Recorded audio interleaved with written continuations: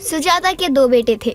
सुजाता के पहले बेटे ने एक गुजराती लड़की से शादी की थी और सुजाता ने हाल फिलहाल में ही अपने छोटे बेटे की शादी गांव की लड़की से की थी। अब सुजाता का परिवार एकदम भरा पूरा परिवार हो चुका था।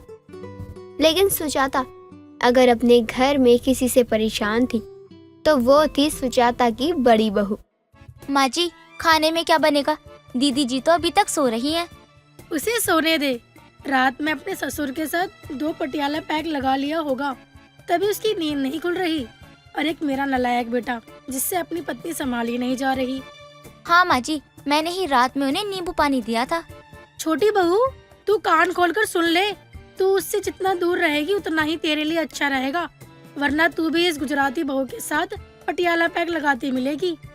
अरे नहीं नहीं माँ जी, मैं तो इन सब चीजों को हाथ भी नहीं लगाती हूँ। हाँ ठीक है। अब यहाँ खड़ी खड़ी क्या कर रही है? जा जाकर कुछ बना ले। और हाँ, पूजा का काम पूजा खुद करेगी, तुझे सिर्फ अपना काम करना है। आज उठने दो उस थेपली को। सुजाता की बहू पूजा रोज रात को अपने ससुर वाला पटियाला पैक लगाकर सो जाया करती थी, जिस वजह से उसकी नींद भी जल्दी नहीं खुलती।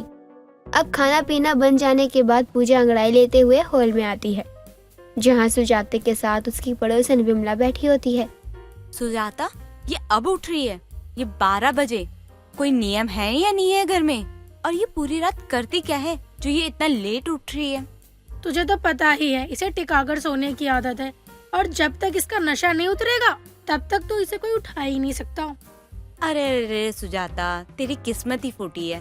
तेरा बेटा कैसी बेवड़ी बहू लेके आया है।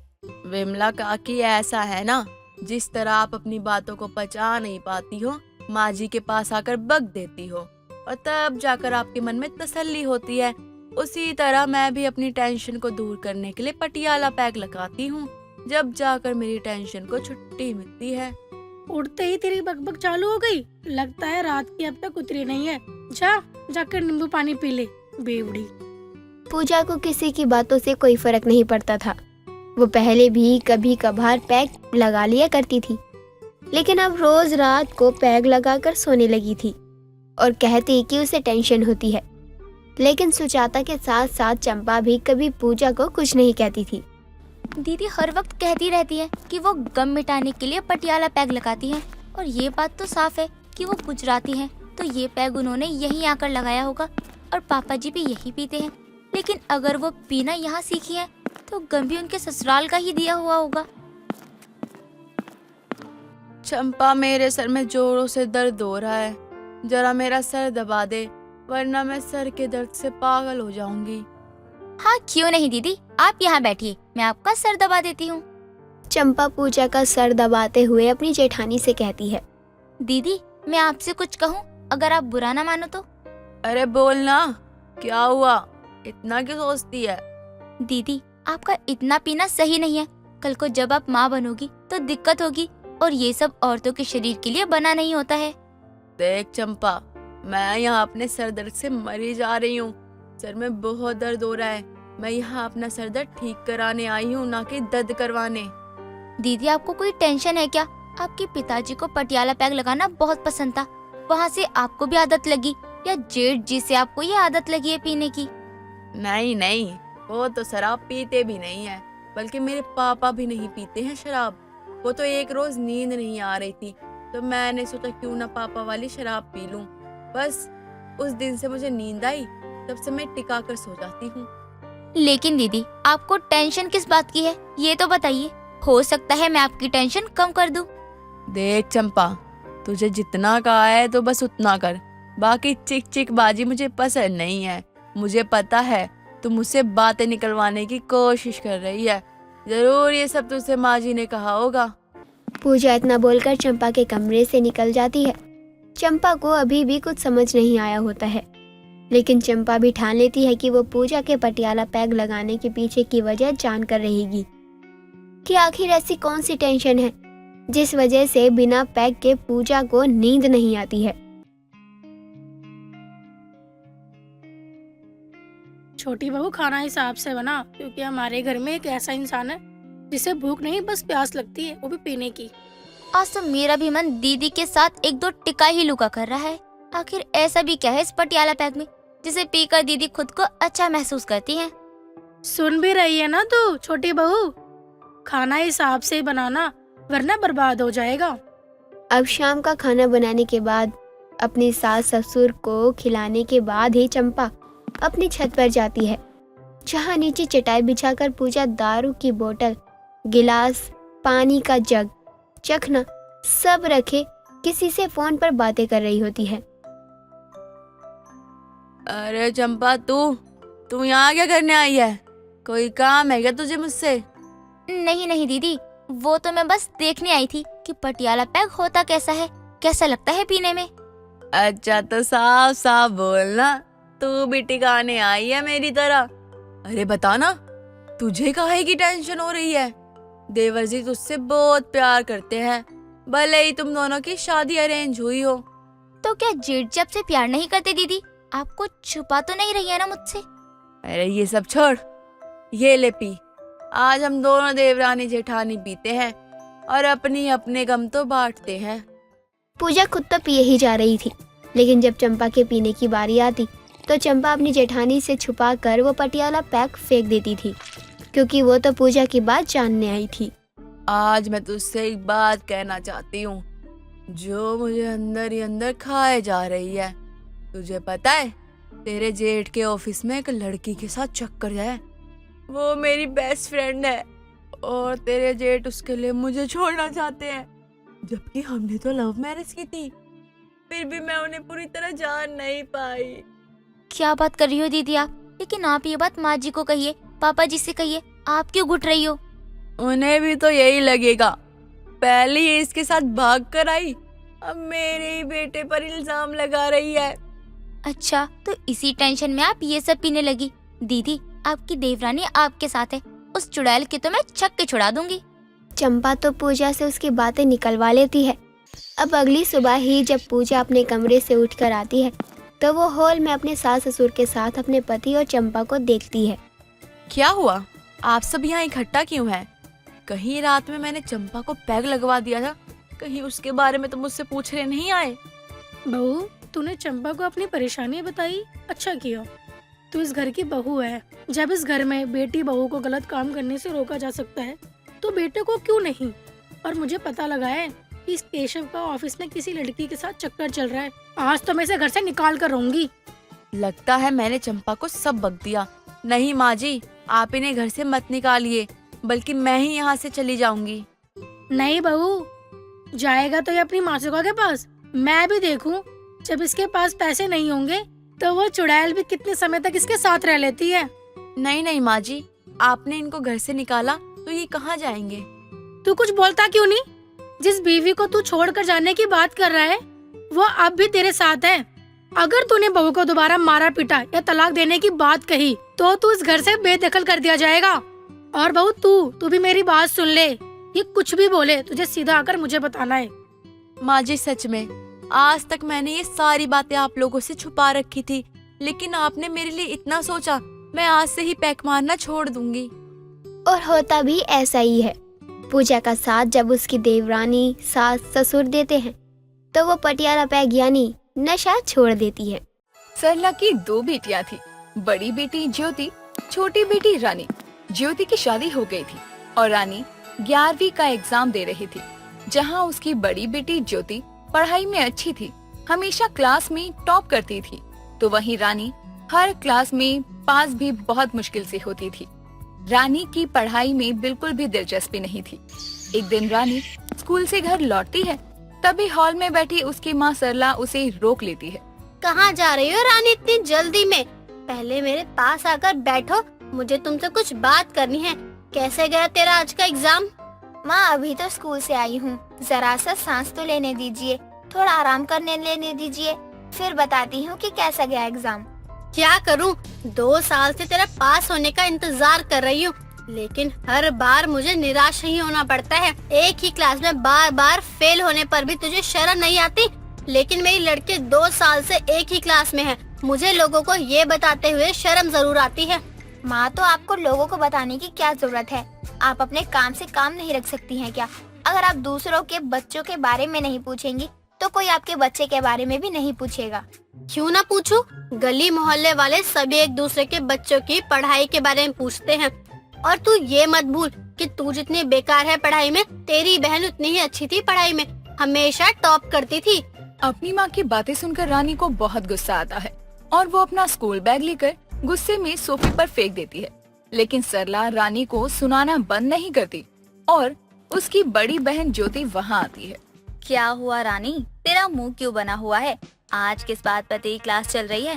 कुछ हुआ है क्या? दीदी मुझसे क्या पूछ रही हो? अपनी माँ से पूछिए, जिन्होंने मेरे ऊपर गुस्सा करने के सिवा कोई और काम नहीं है।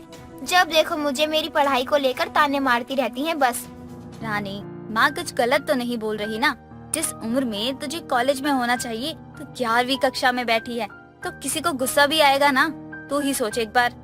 दीदी आपको क्या लगता है मुझे फेल होने में बहुत मजा आता है? मैं अपनी तरफ से बहुत कोशिश करती हूँ, अच्छे से एग्जाम भी देती हूँ, लेकिन हर बार फेल हो जाती हूँ। लिखने से पास थोड़ी ना होगी तू, बल्कि प्रश्नों का सही उत्तर लिखने से पास होगी तू, जो कि तुझसे होता नहीं है। माँ आपका भी कुछ नहीं हो सकता सच में, जब देखो बस एक ही बात सुनाती रहती हो। रानी इतना कहकर अपनी कमरे में चली जाती है और अपनी बॉयफ्रेंड समीर को कॉल करती है, जो कि कोई और नहीं उसकी पड़ोसन विमला का बेटा था। समीर सच में मेरा बहुत दिमाग खराब हो गया है। जब देखो माँ मुझे फेल होने की बात को लेकर सुनाती रहती हैं। दिल करता है सब कुछ छोड़कर कहीं भाग जाऊं। रानी, तुम आंटी की बातों पर इतना ध्यान मत दो। इस बार जब तुम पास हो जाओगी तो सबका मुंह बंद हो जाएगा। तुम्हें किसी को भी जवाब देने की कोई जरूरत नहीं पड़ेगी। ऐसा जब होगा जब मैं पास हो जाऊंगी, लेकिन जैसे मेरे एग्जाम गए हैं मुझे नहीं लगता कि मैं पास भी हो पाऊंगी। तुम इतना मत सोचो, कल से मैं पढ़ाई में तुम्हारी हेल्प करूंगा और देखना इस बार तुम जरूर पास हो जाओगी। मुझे तुम पर पूरा विश्वास है। थैंक यू मेरी हेल्प करने के लिए। जैसे तैसे करके मैं एक बार 12वीं पास कर लूं, बस उसके बाद मैं किताबों को मुड़कर नहीं देखूंगी। तुम आराम करो, मैं बाद में कॉल करती हूँ तुम्हें। अगले दिन रानी तैयार होकर स्कूल जाती है और क्लासरूम में बैठी पढ़ने की कोशिश कर रही होती है। तभी समीर भी वहाँ आ जाता है, जिसे देखकर वो बहुत खुश होती है। रानी और समीर एक ही क्लास में थे। एक दिन दोनों लाइब्रेरी में पढ़ाई करने के लिए जाते हैं। पढ़ते समय उनका टाइम पर ध्यान ही नहीं जाता और स्कूल की छुट्टी हो जाती है। चपरासी स्कूल बंद करके चला जाता है। कुछ देर बाद दोनों को टाइम का ख्याल आता है और दोनों लाइब्रेरी से बाहर जाने की सोचते हैं, लेकिन लाइब्रेरी बाहर से लॉक थी। अब क्या होगा? हम घर कैसे जाएंगे? पढ़ाई के चक्कर में हमें पता ही नहीं चला कि स्कूल की छुट्टी कब हुई। मुझे बहुत टेंशन हो रही है। मुझे लगता है हम कोने में बैठे हुए थे, इसलिए किसी का ध्यान नहीं गया हमारे ऊपर। रुको मैं फोन करता हूँ, मैं किसी को हेल्प के लिए बुलाता हूँ। पढ़ाई करते करते तुम्हारा दिमाग खराब हो गया है लगता है, इसलिए शायद तुम भूल गए हो कि हमारे बैग हमारे पास नहीं है और हमारा फोन हमारे बैग में है। अरे हाँ, ये तो मैं भूल ही गया था। कोई बात नहीं, चलो आज तुम आराम से पढ़ो, कोई और तुम्हें परेशान नहीं करेगा। समीर इतना कहकर रानी को फिर से पढ़ाने लगता है। दोनों लाइब्रेरी में अकेले बैठे हुए थे। अचानक बाहर का मौसम खराब हो जाता है और बारिश शुरू हो जाती है। बिजली के कड़कने की आवाज सुनकर रानी समीर को गले से लगा लेती है। धीरे धीरे दोनों एक दूसरे के बहुत करीब आ जाते हैं। वहीं दूसरी तरफ रानी और समीर के घर वाले उनके घर ना पहुंचने पर परेशान हो रहे थे। देखते देखते रात गुजर जाती है। अगले दिन स्कूल और लाइब्रेरी खुलने पर दोनों घर आते हैं। तभी सरला रानी को देखते ही गले से लगा लेती है। आंटी जी प्लीज रानी पर गुस्सा मत करना। हम लाइब्रेरी में पढ़ने के लिए गए थे और हमें पता ही नहीं चला कि कब स्कूल की छुट्टी हो गई और स्कूल बंद हो गया। कोई बात नहीं, तुम दोनों ठीक हो और कुछ नहीं चाहिए मुझे। तुम्हें पता है मैं कितना डर गई थी, लेकिन चलो अच्छा हुआ तुम साथ थे इसके। समीर और रानी सरला से बातें कर रहे होते हैं। तभी समीर की माँ विमला भी वहाँ आ जाती है और अपने बेटे को देखकर बहुत खुश होती है। बेटा, अगर कहीं गया था तो बता देता। तुझे पता है हम कितना परेशान हो गए थे। आंटी जी, परेशानी वाली बात नहीं है। दोनों लाइब्रेरी में पढ़ रहे थे, वहीं लॉक हो गए थे, लेकिन अब सब ठीक है। तुम दोनों जाकर आराम करो और आप लोग भी जाकर सो जाइए। पूरी रात जगे हैं आप लोग। कुछ देर बाद सभी वहाँ से चले जाते हैं। ऐसे ही कुछ दिन और बीतते हैं। रानी के पीरियड्स मिस होने पर उसकी चिंता बढ़ जाती है, जिसके बाद वो प्रेगनेंसी टेस्ट करती है और उसके पॉजिटिव रिजल्ट को देखकर उसके पैरों तले जमीन खिसक जाती है। वो किट लेकर समीर के घर जाती है और उसे सारी बातें बताती है, जिससे सुनते ही उसके पसीने छूट जाते हैं। वो कुछ बोलता इससे पहले ही विमला वहाँ आ जाती है। विमला को देखते ही रानी वहाँ से चली जाती है।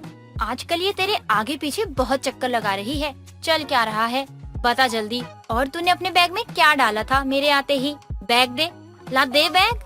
वो माँ कुछ नहीं, वो पढ़ाई को पूछने आई थी। आज रिजल्ट आने वाला था ना हमारा, वही पूछने आई थी बस। अच्छा, तो फिर मुझे भी दिखा उसका रिजल्ट। दे बैग। विमला इतना कहकर समीर से बैग छीन लेती है और उसमें रानी के रिजल्ट के साथ साथ प्रेगनेंसी किट भी देख लेती है, जिसे देखते ही वो समीर को जोर से थप्पड़ मारती है और समीर उसे सारी बात बताता है। जिसके बाद विमला, समीर और उस किट को लेकर रानी के घर जाती है। सरला, ये देख प्रेगनेंसी किट पॉजिटिव है, तेरी बेटी गर्भवती है। ये तो बहुत खुशी की बात है, मिठाई बांटनी चाहिए।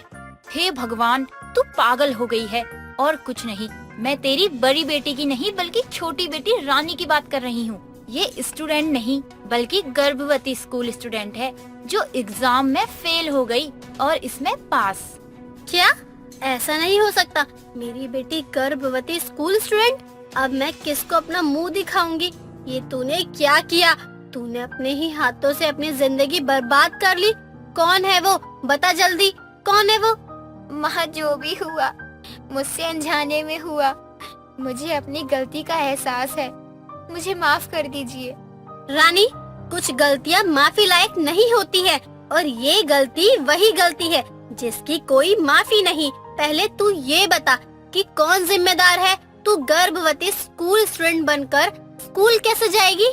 अपनी माँ के पूछने पर रानी भी उसे सब बता देती है, जिसके बाद सरला और विमला दोनों में बहस चालू हो जाती है। तभी ज्योति वहाँ आ जाती है और दोनों को आपस में बहस करते देखकर रानी से उसका कारण पूछती है, जिस पर रानी रोते हुए उसे सब बता देती है, जिसे सुनते ही उसके होश उड़ जाते हैं और उसके बाद वो अपनी पड़ोसन और माँ को समझाकर चुप करवाती है। देखिए, जो होना था वो हो गया। अब ऐसे एक दूसरे पर इल्जाम लगाकर रानी की गर्भवती स्कूल स्टूडेंट वाली बात बाहर जाएगी और बिना बात के दोनों परिवारों की बदनामी होगी। तो फिर तू ही बता बेटी कि हम क्या करें? तेरी माँ तो सारा इल्जाम मेरे बेटे पर लगा रही है। अब बस इस बदनामी से बचने का सिर्फ एक ही तरीका है कि हम सभी समीर और रानी की शादी करवा दे, तभी सब ठीक होगा। दोनों तैयार भी तो हैं। ज्योति की बात पर विमला और सरला दोनों राजी हो जाती हैं और कुछ दिनों में ही वो समीर और रानी की शादी करवा देती है, जिससे रानी की गर्भवती स्कूल स्टूडेंट की बात परिवारों के बीच ही रह जाती है और दोनों परिवारों की बदनामी होने से भी बच जाती है। एक रोज मिश्रा जी की बेटी कावेरी पहली बार किचन में खाना बनाती है। शाम को मिश्रा जी जब घर लौटते हैं तो हाथ मुंह धोकर सबके साथ खाना खाने बैठते हैं। तो सब्जी में बहते तेल को देखकर वो कहते हैं, एक बात बताओ भगवान, तुम तेल में सब्जी बनाई हो कि सब्जी में तेल? मतलब राशन में 10 लीटर तेल ला देते हैं, तो क्या ऐसे तेल बहाओगी? हाँ, ऐसा है, खाना आज मैंने नहीं आपकी लाडली ने बनाया है, तो अभी सब्जी में तेल है या तेल में सब्जी मुझे नहीं पता। माँ, वो मैंने अपने दोस्तों के साथ कुछ बाहर खा लिया था, तो खास भूख नहीं है। भूख नहीं है या भूख मर गई? मेरे हाथ का खाना नहीं खाना तो नौटंकी क्यों कर रहा है? क्योंकि तेरा खाना खाना नहीं, राशन की बर्बादी होता है। और माँ, ये जानते हुए भी क्यों इसको किचन सौंप देती हो? तू चुप कर नालायक। अरे सही तो कह रहा है, फोकट का तेल नहीं आता जो ऐसे बर्बाद करो। अभी सब्जी तो इंसान खा ले, इस महंगे तेल ने तो नाली में ही जाना है। इतनी महंगाई में ऐसे तेल बहाओगी तो कैसे चलेगा? कैसे बाप हो, लड़की ने खाना बनाया है, खाना खाने की जगह तेल की महंगाई की बात लेकर बैठ गए और तू चुपचाप बैठ और ठूस। अगर तेरे हिस्से का खाना बर्बाद हुआ ना तो उसकी भरपाई में तुझे 2 दिन खाना ना देकर करूंगी। क्या मुसीबत है यार। तभी सभी खाना खाने लगते हैं। वैसे तो बढ़ती महंगाई से हर परिवार बेहाल है, पर ये कहानी है मिश्रा निवास में रहने वाले मिश्रा जी और उनके परिवार की। तो आइए जानते हैं 4 सदस्यों वाले छोटे से परिवार का हाल बेहाल कैसे होता है जब उन पर पड़ती है महंगाई की मार। शनिवार की शाम मिश्रा जी स्कूटर में फुल पेट्रोल भरवाकर घर चले आते हैं। संडे की शाम किसी काम से बाहर जाने के लिए जब वो स्कूटर की चाबी ढूंढते हैं तो कहते हैं, अरे भगवान कहाँ हो? देखो तो जरा, स्कूटर की चाबी नहीं मिल रही। ओहो पापा, ध्यान से देखो ना, उधर ही होगी। इधर उधर क्या, घर में है ही नहीं चाबी। वो सोनू स्कूटर लेकर नुक्कड़ की दुकान पर गया है, आता ही होगा थोड़ी देर में। चंदा इतना कहती ही है कि तभी बाहर से स्कूटर की आवाज आती है और तीनों बाहर आकर देखते हैं तो स्कूटर पर सोनू के अलावा उसके 2 दोस्त भी चिपक कर बैठे होते हैं, जो मिश्रा को देखते ही वहाँ से उतरकर निकल लेते हैं। आ गया तुम्हारा लाल। अरे खड़ी क्या हो, ठंडा पानी लेकर आओ अपनी औलाद के लिए। वहाँ से 4 कदम की दूरी से स्कूटर पर आ रहे हैं। अरे फ्री का पेट्रोल आता है क्या, जो थोड़ी दूर जाने के लिए पेट्रोल फूकता रहता है? पापा मैं तो घर का ही सामान लेने गया था बस। हाँ तो भगवान ने ये 2 पैर सोफे पर पसर कर पड़े रहने को नहीं दिए, इनसे चलकर नहीं जा सकता था। और बेटे ये स्कूटर है, बैलगाड़ी नहीं जो अपने लफंगे दोस्तों को इस पर लटकाए घूमता है। पापा ये तो ऐसे ही करता है, दूध भी लाना हो ना तो स्कूटी लेकर निकलता है। हाँ हाँ क्यों नहीं, इसका बाप तो पेट्रोल पंप का मालिक हो रहा है। अरे घोचू, पेट्रोल के दाम का कुछ अंदाजा भी है? 105 रुपए लीटर हो रखा है। ओहो, अब गली में खड़े होकर क्या लड़के को भाषण सुनाने लगे, अभी छोड़ो भी। भगवान मैं बता रहा हूँ, इस महंगाई में तुम्हारा ये नालायक मुझे स्कूटी से साइकिल पर लाकर रहेगा। क्या पापा, अभी आपकी स्कूटी नहीं चलाऊंगा तो क्या पड़ोसी की चलाऊंगा? तू पहले अपना दिमाग चला और अंदर जा, चल। चंदा के कहने पर सोनू चुपचाप अंदर चला जाता है। समय बीतता है, बढ़ती गर्मी के साथ महंगाई आसमान छूने लगती है।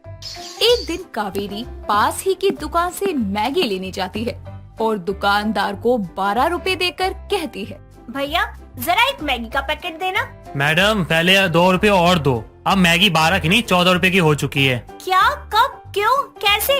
अरे मैंने मैगी खाना क्या छोड़ दिया, मैगी पूरे 2 रुपए महंगी हो गई। भला ये क्या बात हुई? इतना क्या चौक रही हो मैडम, अभी महंगाई इतनी, हर सामान की कीमत बढ़ रही है। अब 2 रुपए और दो तो मैं आपको मैगी देता हूँ। अरे भैया मैं तो लेकर ही 12 रुपए आई हूँ, दे दो ना मैगी का पैकेट, 2 रुपए आते जाते ले लेना। ओहो मैडम, बाद में किसको याद रहता है, आप पूरे पैसे लाओ और मैगी ले जाओ। क्या भैया, अब 2 रुपए लेने के लिए मैं घर जाऊँ क्या वापस? दे दो ना मैगी का पैकेट, आपके 2 रुपए कहीं नहीं जाएंगे, क्यों बहस कर रहे हो इतना? मैडम ये मेरे पापा की दुकान नहीं है जो आपको 14 रुपए की मैगी 12 रुपए में पकड़ा दूं। ये लो, सोचा था आज आराम से संडे वाले दिन अंडे वाली मैगी बनाकर खाऊंगी, लेकिन इस 2 रुपए की बड़ी महंगाई ने तो मेरे पूरे प्लान की वाट लगा दी। हाय रे महंगाई। इस तरह वो बिना मैगी लिए ही घर वापस आ जाती है। तभी चंदा भी मार्केट से सब्जियां लेकर आती है और कावेरी को सब्जियां फ्रिज में लगाने को कहती है। कावेरी थैले से सब्जियां निकाल ही रही थी कि तभी खीरा देखकर वो थैली में से एक खीरा निकाल कर खाने लगती है और ये देखकर चंदा उसके सर पर मारते हुए कहती है, क्या खीरा कचरने बैठ गई? कितने महंगे हैं खीरे, इसके चलते तो 1 पाव लिए हैं, उसमें से भी तू एक कचरने बैठ गई। अरे सलाद में क्या घुइयां परोसूंगी? अभी भूख लगी है तो क्या खाऊं? मैगी लेने गई थी, उसके बड़े दाम सुनकर मैं वापस आ गई। एक बात बताओ, क्या इस महंगाई को किसी ने घटना नहीं सिखाया क्या? सच में सब्जियों के भाव में तो ऐसी आग लगी पड़ी है जैसे सब्जियां खाने नहीं सजोने के लिए रखी गई हो। दोनों माँ बेटी की बात चल ही रही थी कि तभी अपनी खाली कटोरी लिए उनकी पड़ोसन मंगला टपक पड़ती है और आवाज लगाते हुए कहती है, चंदा, वो चंदा कहाँ गई? मर गई। हाय दैया, तो बोल कौन रहा है? तेरा भूत? ओहो आंटी जी, क्या लेने आई हो आप? मैं पूछ रही थी कि घर में कौन सी सब्जी बनाई है, जरा मुझे थोड़ी सी दे दे। वो क्या है ना कि मैं दाल चावल बना रही थी, लेकिन गैस खत्म हो गई तो सब्जी बना ही नहीं पाई। ओहो, तो खाली कटोरी में थोड़ी दाल ले आती पगली। देख अब सब्जियां इतनी महंगी हो गई है कि मैंने अब तक कुछ बनाया ही नहीं। सोच रही थी दिन के चावल बचे हैं, उन्हीं में तड़का लगाकर फ्राइड राइस के नाम पर इसके पापा को परोस दूंगी। हाय दैया, मैं तो अपनी कटोरी भरने आई थी, लेकिन मुझे क्या पता था कि तेरे घर में कड़की चल रही है। अब कटोरी लेकर आई हूँ तो खाली हाथ तो जाऊंगी नहीं। चल एक काम कर, थोड़ी शक्कर डाल दे इसमें। अरे आंटी जी, ये घर है, कोई राशन की दुकान नहीं है, थोड़ी सी शक्कर दे दो। भड़कते क्यों है? चीनी नहीं है तो चाय पत्ती दे दे, जहर पड़ा है किचन में, ला दो आंटी। अरे भैया, लगता है बहू आवाज दे रही है, मैं जाती हूँ। ये बहाना बनाकर पड़ोसन मंगला वहाँ से निकल लेती है और दोनों माँ बेटी उसे घूरती रहती हैं। संडे के दिन सभी हॉल में बैठे होते हैं। तभी चंदा एसी फटाक से बंद कर देती है, जिस पर मिश्रा कहता है, भगवान गर्मी से सुखा दोगी क्या मेरे प्राण? अरे प्राणनाथ, अभी बिजली का बिल देखोगे ना तो तुम्हारे गुर्दे बाहर आ जाएंगे। पूरे 5,000 का बिल आया है। हे भगवान, ये बिजली वाले इस महंगाई में कैसा झटका दे रहे हैं। एक बात बताओ, मैं तो सारा दिन ऑफिस में रहता हूँ, तो कौन है जो इतनी बिजली फूक रहा है? आपकी महान औलादें एक एसी चलाकर दिन भर फोन ताड़ती है और ये नालायक कहाँ जाता है पंखे लाइट चालू करके बंद करना ही भूल जाता है। अच्छा जी, और आप जो सारा दिन टीवी पर वो सुबह से शाम लाइन लगाकर नाटक देखती हो, उसका क्या? ये टीवी तो जैसे सोलर एनर्जी पर चलता है। चुप करो, यहाँ घटती कमाई बढ़ती महंगाई ने जान खाई हुई है और तुम लोग अपना ही राग गा रहे हो। पापा एक काम करते हैं, इस महंगाई के दौर में किसी रिश्तेदार के यहाँ चलते हैं, वहाँ जाकर आराम से बिना किसी मुसीबत के मुफ्त की रोटी तोड़ेंगे। बहुत बढ़िया। और रिश्तेदार के यहाँ आ जाने में जो ट्रेन का किराया है वो कौन भरेगा, तेरा चच्चा? तभी टीवी पर महंगाई के आगे और बढ़ने की खबर आती है, जिसे सुनकर महंगाई के मारे मिश्रा परिवार का हाल और बेहाल हो जाता है।